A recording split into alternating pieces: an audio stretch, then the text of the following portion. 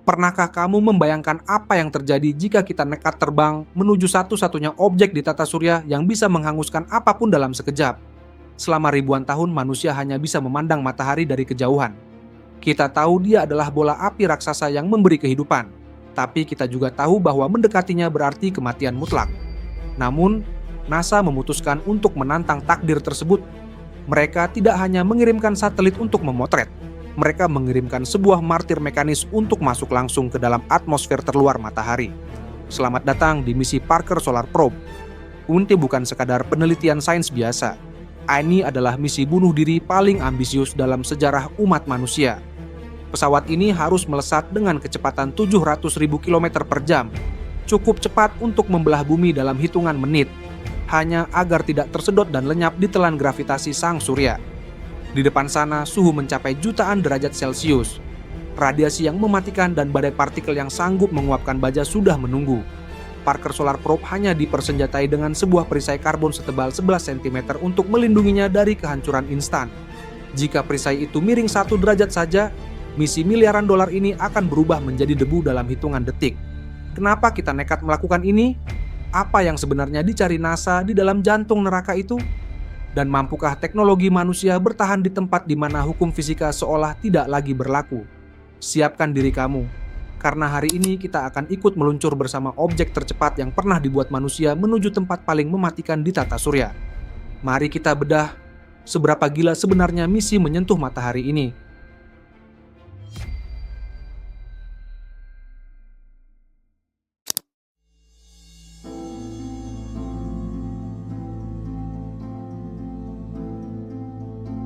Mari kita bicara soal angka yang bakal bikin otak kamu melintir. Untuk bisa mendekati matahari tanpa berakhir nyemplung ke dalamnya karena gravitasi yang supermasif, Parker Solar Probe tidak boleh bergerak pelan. Pesawat ini harus menjadi objek buatan manusia tercepat yang pernah ada dalam sejarah. Kecepatannya mencapai 700.000 km per jam. Untuk memberi kamu gambaran betapa mengerikannya angka itu, jika kamu naik pesawat ini, kamu bisa menempuh perjalanan dari Jakarta ke New York hanya dalam waktu kurang dari 1 menit. Kecepatan ini sekitar 200 kali lebih cepat daripada peluru yang baru saja keluar dari moncong senapan. Dalam 1 detik, pesawat ini sudah melesat sejauh 190 km. Kenapa harus secepat itu? Karena matahari adalah raksasa gravitasi. Kalau Parker Solar Probe bergerak lambat sedikit saja, ia akan tersedot masuk dan menguap sebelum sempat mengirimkan data apapun. Ini adalah permainan keseimbangan yang sangat berbahaya. Bergerak terlalu lambat berarti mati terbakar. Bergerak terlalu cepat berarti melesat keluar dari tata surya. Di kecepatan ekstrem ini, ruang hampa tidak lagi terasa kosong. Partikel-partikel kecil di luar angkasa bisa menjadi hantaman mematikan yang sanggup melubangi badan pesawat. Parker Solar Probe tidak hanya sedang berlari menuju neraka, tapi ia sedang menantang batas maksimal kemampuan teknologi manusia dalam mengendalikan kecepatan. Dan yang lebih gila lagi, semua ini dilakukan secara otomatis. Di kecepatan setinggi itu, tidak ada manusia yang bisa menekan tombol rem atau belok secara manual. Semuanya bergantung pada perhitungan komputer yang harus presisi hingga ke titik desimal terakhir. 1 error kecil saja dan mahakarya manusia ini akan menjadi sampah angkasa yang meluncur abadi tanpa arah.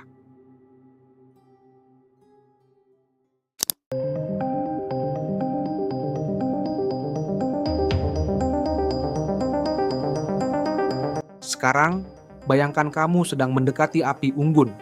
Logikanya, semakin kamu menjauh dari api, suhunya akan semakin dingin. Bukan? Tapi di matahari, hukum alam ini seolah-olah rusak dan tidak berlaku.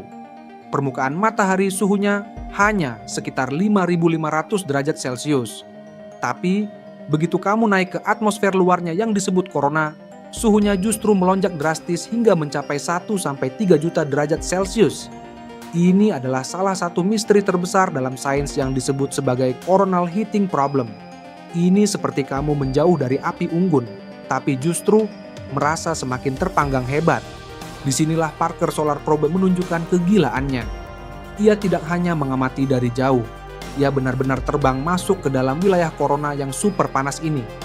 Di dalam corona, pesawat ini tidak hanya berhadapan dengan panas, tapi juga dengan angin matahari yang sangat ganas. Ini adalah aliran partikel bermuatan plasma yang bergerak dengan kecepatan supersonik. rasanya bukan lagi seperti terbang di udara, tapi seperti mencoba menembus ledakan nuklir yang terjadi terus-menerus. Kenapa suhunya bisa sekacau itu? Para ilmuwan menduga ada gelombang magnetik raksasa yang mencambuk atmosfer matahari hingga suhunya meledak hebat. Parker Solar Probe ada di sana untuk menjadi saksi mata pertama, merasakan langsung cambukan energi tersebut di kulitnya. Namun, ada satu pertanyaan besar. Bagaimana mungkin sebuah benda buatan manusia yang terbuat dari logam dan kabel tidak langsung menguap menjadi gas saat menyentuh suhu jutaan derajat itu? Rahasianya ada pada perbedaan antara suhu dan panas, serta satu pelindung yang akan kita bahas di segmen selanjutnya. Tapi yang jelas, secara mental, mengirimkan sebuah robot ke tempat yang jutaan derajat panasnya adalah definisi nyata dari misi cari mati.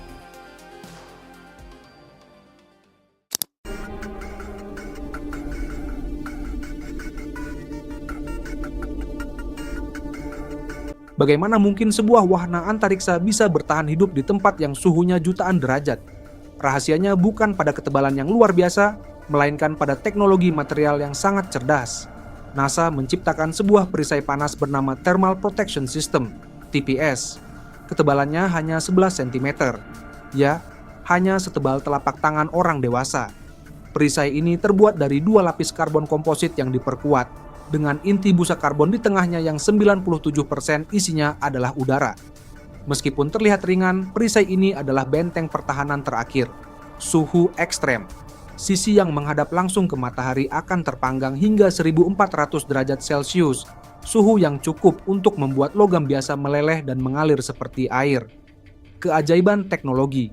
Berkat material karbon ini, tepat di belakang perisai, tempat instrumen sains berada, suhunya tetap terjaga stabil di sekitar 30 derajat Celcius. Ini adalah perbedaan suhu paling ekstrem dalam jarak yang sangat pendek di seluruh alam semesta. Namun, ada satu aturan mati yang tidak boleh dilanggar, jangan sampai miring. Parker Solar Probe dilengkapi dengan sensor cahaya yang sangat sensitif. Jika sensor mendeteksi sedikit saja cahaya matahari yang lolos dari pinggiran perisai, komputer pusat akan langsung bereaksi untuk memperbaiki posisi pesawat. Jika sistem ini gagal dan badan pesawat terpapar sinar matahari langsung selama beberapa detik saja, kabel-kabel akan meleleh, instrumen akan hancur, dan Parker akan menjadi bangkai logam yang terbakar dalam sekejap. Pesawat ini harus terus bersembunyi di balik bayang-bayangnya sendiri agar tetap hidup.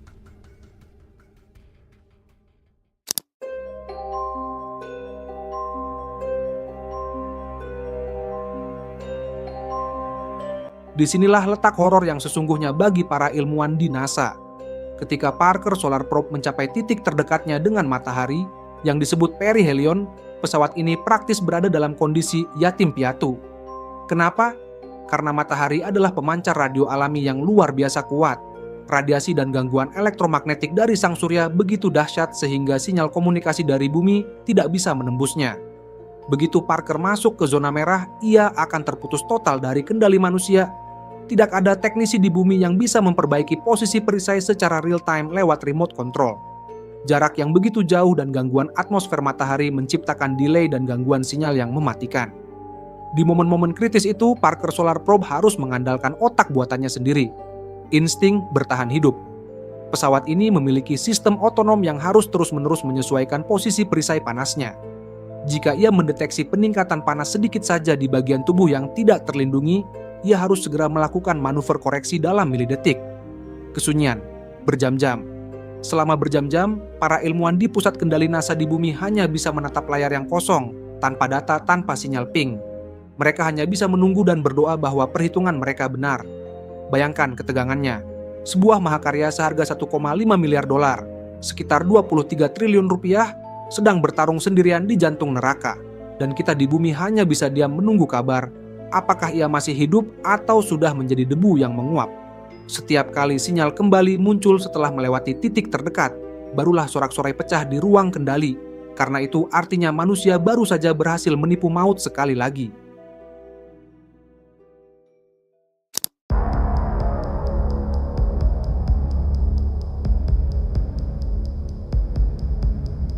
Mungkin banyak yang bertanya, buat apa kita menghabiskan 23 triliun rupiah dan mempertaruhkan teknologi tercanggih kita hanya untuk menyentuh bola api raksasa? Jawabannya bukan sekadar rasa penasaran, tapi tentang kelangsungan hidup peradaban manusia modern.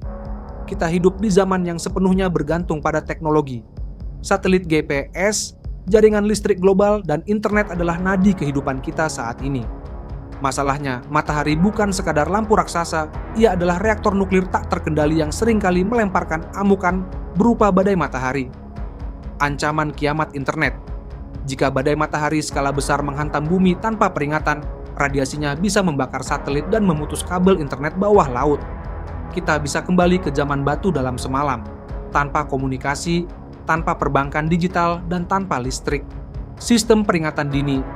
Parker Solar Probe berada di sana untuk mempelajari solar wind atau angin matahari langsung dari sumbernya. Dengan memahami pola ledakan ini, kita bisa membangun sistem peringatan dini yang lebih akurat. Pelindung bumi. Data yang dikirimkan Parker membantu ilmuwan memprediksi kapan matahari akan bersin. Informasi ini memberi kita waktu untuk mematikan sistem penting di bumi sebelum badai radiasi datang menghantam. Parker Solar Probe adalah bukti bahwa manusia tidak akan tinggal diam menunggu nasib. Kita mengirimkan mata-mata ke jantung neraka agar kita tidak buta saat bencana kosmik datang menyerang. Misi ini adalah pengingat bahwa meskipun kita kecil di hadapan semesta, rasa ingin tahu dan keberanian kita jauh lebih besar daripada panasnya jutaan derajat Celcius. Pada akhirnya, menyentuh matahari bukan tentang menaklukkan alam semesta, tapi tentang belajar bagaimana cara bertahan hidup di dalamnya.